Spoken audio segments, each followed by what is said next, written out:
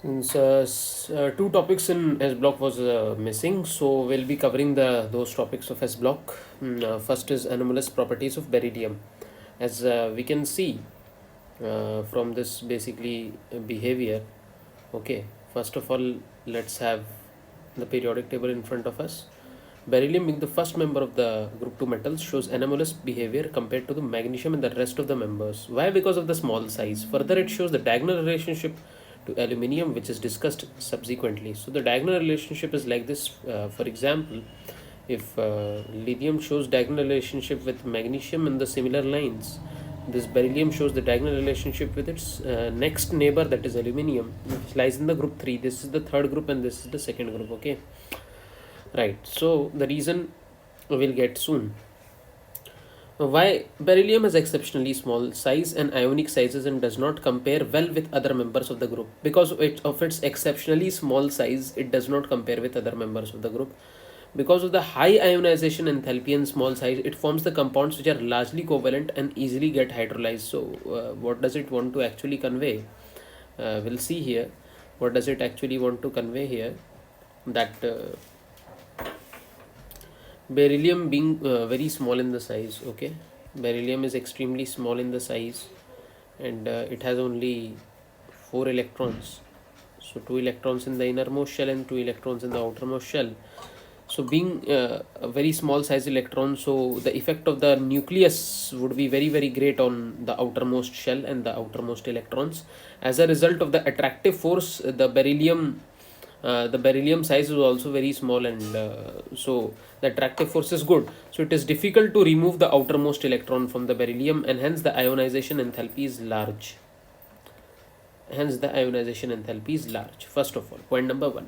Point number 2 is that when beryllium enters into covalent bond with any other element or atom, for example, so it is entering into a covalent bond, not complete transfer of electrons. Again, why? Because the effect of this nucleus is so strong that it does not allow this outermost electron to easily be lost to the other atom. Okay, so what will it do? It will negotiate that, okay, will participate in bond sharing, in sharing of electrons and not transfer of electrons. So one electron will be shared here and one electron will be shared here.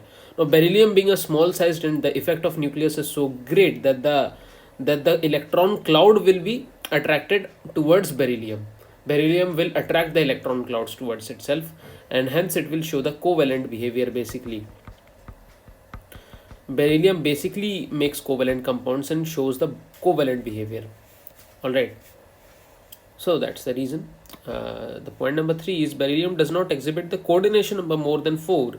As its valency shell, there are only 4 orbitals, as we can see from this periodic table. This is beryllium. And now you tell me that any d orbital is there or not. No, since it belongs to the second shell, that's why there is only 2s and 2p orbitals in the outermost shell, and 1s and 1p orbital, 1s orbital, actually 1s orbital in the innermost shell, in the first shell, and the last shell 2s and 2p orbitals are there basically. All right, so beryllium does not have any d orbitals, so it cannot accommodate more than 4 electrons, hence it cannot show the coordination number of more than 4, whereas the other elements like magnesium or calcium or their counterparts, all right, see, they have vacant d orbitals available because they belong to third shell, fourth shell, fifth shell. So there is a possibility that the coordination number is more than 4. They can make compounds. For example, aluminium does. Aluminium has a coordination number of more than 4. It can form the bonds, coordinate bonds more than 4 times within the same aluminium atom. Why? Because aluminium belongs to the third period, so the third shell, and in third shell there is 3d orbitals which are vacant, and hence it has a property of the aluminum has a property of accepting the electrons into its vacant d orbitals, but beryllium does not have because of the absence of d orbitals. Okay, so the remaining members of the group can have a coordination number of 6, making the use of d orbitals. All right, so what we concluded, actually, the coordination number is how many bonds actually you are able to form with the other atoms or with the same atom. So what they are telling, that beryllium has a coordination number of coordination number of basically 4. Why? Because beryllium has only 4 electrons, only 2 electrons and 2 innermost electrons, so it cannot maximum form a coordination number of greater than 4, and it has no vacant d orbital. It has no vacant d orbital basically. It has no vacant d orbital basically. All right, it has no vacant d orbital, whereas other elements of the group like magnesium, calcium, strontium and barium, their coordination number can be equal to 6. Why? Because they have vacant d orbital, and this vacant d orbital can accept the extra electrons, can accommodate the extra electrons, hence they can form more bonds than 4, hence their coordination number can be 6. All right. So the third point is basically the oxides and the hydroxides of beryllium, unlike the hydroxides of other elements in the group, are amphoteric in the nature. All right. See, the oxides of beryllium, all right, the oxides of other elements like of the same group, that is magnesium oxide, calcium oxide, strontium oxide or barium oxide, they are basically crystalline in nature, whereas this beryllium oxide BeO is basically amphoteric in nature. It is basically amphoteric in nature, that means it is not crystalline in nature. Okay, amphoteric oxides. Now what is the meaning of basically amphoteric oxides? Amphoteric basically means, to be precise, amphoteric means showing both the acidic as well as the basic behavior. Right, so this means that amphoteric oxides can react with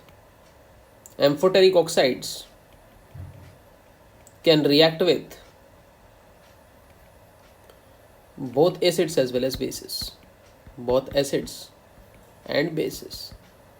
And we have seen in the reaction of beryllium beforehand that they can react with both acids as well as bases, and we'll show you the reaction. For example, as we can just check, see, beryllium oxide, we are proceeding to beryllium oxide. See, beryllium hydroxide is also an amphoteric behavior, that it can react with an H plus ion, that means an acid, and OH minus ion, that means a base. Similarly, its oxide can also react with an acid as a base, and it can show both the acidic as well as basic behavior. So it means it is amphoteric in nature, whereas the other elements of this group are completely basic. The oxides of these metals are purely basic in nature. They are purely basic in nature, right? So moving on, the diagonal relationship between beryllium and aluminium. Let us discuss the diagonal relationships between beryllium and aluminium. So as we can tell that since the atomic and ionic sizes of both this beryllium and this aluminium are almost the same, so their properties are almost the same, so they show a diagonal relationship. And the properties of beryllium differ from the rest of the elements of the group, and the properties of aluminium might differ from the rest of the elements of the group, and the properties of beryllium matches that of aluminium. Similarly, like the properties of lithium of the first group matches with those of magnesium of the second group. So let us see the properties of similarities between beryllium and aluminium. Let us see that. The ionic radius of beryllium plus 2 plus is considered to be 31 picometer. 1 picometer means 10 to the power minus 10 meters, so it is 0.1 nanometers basically. The charge to the radius ratio is nearly the same as that of aluminium 3 plus ion, right? So it's not important only the size, it's actually what matters is the charge to radius ratio. Let us discuss what it actually wants to tell. See, for example, Be2 plus, now charge is 2, its charge is plus 2, and radius is, for example, radius is 31 picometer. So charge to radius ratio is plus 2 units per 31 picometer. And this will be the same in the case of aluminium, which is plus 3. Charge of aluminium is plus 3, and its radius would be somehow x. So x will come out to be such that the charge to radius ratios of both beryllium 2 plus and Al 3 plus ions are absolutely the same. So because of this similar charge to radius ratio, their physical properties are similar. And how? Let us see. Hence, beryllium resembles aluminium in some ways. Some of these similarities are given. For example, like aluminium, beryllium is not readily attacked by the acids. See, the beryllium is not readily attacked by the acids. Okay, because of the presence of oxide film on the surface of metal. So what actually happens in the case of aluminium and beryllium? And consider an aluminium metal block and consider a beryllium metal block. All right. So what happens in the just outer crust of this beryllium? What it does do? It actually reacts with a thin layer of oxygen. It reacts with the atmosphere's oxygen and forms a thin layer of oxides on its surface. So this red color what I am showing, this means beryllium oxide, and the rest of the body is pure beryllium, beryllium only. Similarly, this rest of the body is aluminium, and a thin crust and a thin segment of the surface reacts with the oxygen to form Al2O3. Okay, so this oxide layer actually prevents the incoming of the new oxygen atoms, and it is not able to react with this beryllium, the metal beryllium which is inside it. Is so we can say that this beryllium body is protected from being reacted by the incoming oxygen by the layer of its oxide itself. So this acts as a suraksha kavach, and it does not allow this oxygen of the air to react with the other body of the remaining body of the beryllium. Similar case happens in the aluminium. So this question is very important because of the presence of the protective layer of metal oxide. It prevents further reaction of the beryllium or oxygen metal with aluminium. The second property is beryllium hydroxide dissolves excess of alkali to give a berylate ion, like the aluminium hydroxide dissolves the excess of the alkali to give the aluminate ion. Basically what it is saying such that its capacity is so good that beryllium hydroxide BeOH whole twice. What it does actually, it can dissolve excess of OS minus. What is excess? Right, so what it does, it forms BeOH whole 4 2 minus. So this is known as berylate ion. Similarly, this is the case of aluminium also. What it does actually is that aluminium hydroxide, it reacts with excess of the base. Excess of OH minus ions means excess of the base to give aluminate ion. Right, it gives aluminate ion. So notice the difference is that aluminate ion is AlOH whole 4 minus 1, only minus 1 or 1 minus, we can say that minus, whereas this is 2 minus. Why? Because BeOH whole twice is there and AlOH whole thrice is there. Why? Because Be's valency is plus 2 and aluminium's valency is plus 3. So make sure that you do not do any mistakes. Right, so the next thing is the chlorides of both beryllium and aluminium have Cl minus bridged chloride structure in the vapor phase. Both the chlorides are soluble in organic solvents and are strong Lewis acids. They are used as Friedel-Crafts reaction. So we'll study in the organic chemistry also what is the Friedel-Crafts reaction. Later on we'll be studying. So see what it does. It forms a chloro-bridge structure. Alright, for example, BeCl2 forms this kind of a structure, BeCl, Cl, and if it is near to another Be, so it forms a structure like this. One is out of the phase and this is inside the phase. Similarly, it reacts like this. And with other chlorine which is in contact with this beryllium, and so it forms a chloro-bridge structure. And similarly, aluminium AlCl3, this also forms a chloro-bridge structure basically. So both form a chloro-bridge structure and both are very good Lewis acids. Lewis acids, what is the meaning of Lewis acids basically? Lewis acids, they contain vacant orbitals. Okay, so they have a tendency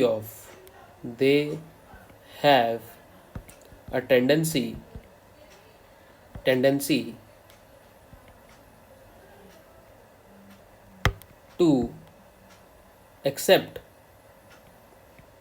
an electron pair, a pair of electron means 2 electrons, an electron pair from a Lewis base. So Lewis base means it has extra electrons, so it will give to the Lewis acid, and Lewis acid has extra space for getting those extra electrons. So Lewis acids act as acceptor of electrons, basically, like in this case of BeCl2 and AlCl3. All right, and both are used in Friedel-Crafts reaction, and since they both are covalent compounds, actually they are not organic compounds. So being covalent compounds, they dissolve very well in the organic or covalent solvents. All right, so the last point is beryllium and aluminium ions have strong tendency to form complexes, that is BeF4 2 minus and AlF6 3 minus. So they have a strong tendency to form coordinate complexes, coordinate bonding. By the virtue of coordinate bonding, they form coordinate complexes, and we'll be studying about coordinate bonding in future in 12th class. So it forms BeF4 minus and your this AlF6 3 minus, AlF6 3 minus and BeF4 2 minus. Why? Because again we can check out, see, Be this plus 2 and F means minus 1.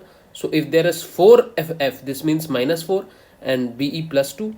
So plus 2 minus 4 gives minus 2. So overall the charge of this BeF4 will be 2 minus. Similarly, let's consider about AlF6. See, F's charge is minus 1. So 6F means minus 6, and Al charge is plus 3. So plus 3 minus 6 means minus 3. So overall charge of AlF6 will be minus 3. So this is how these both are basically coordinate compounds, coordinate complexes, and both show the tendency to form coordinate complexes. However, what it means to convey that the other elements like magnesium, calcium, strontium and barium, these other elements have very less tendency to form those coordinate complexes, whereas beryllium, like in case of aluminium, has a very strong tendency to form such coordinate complexes. So this was all about this, the diagonal relationship between beryllium and aluminium, and the anomalous behavior of beryllium. Reason also we have discussed, and all the properties we have discussed. That's it.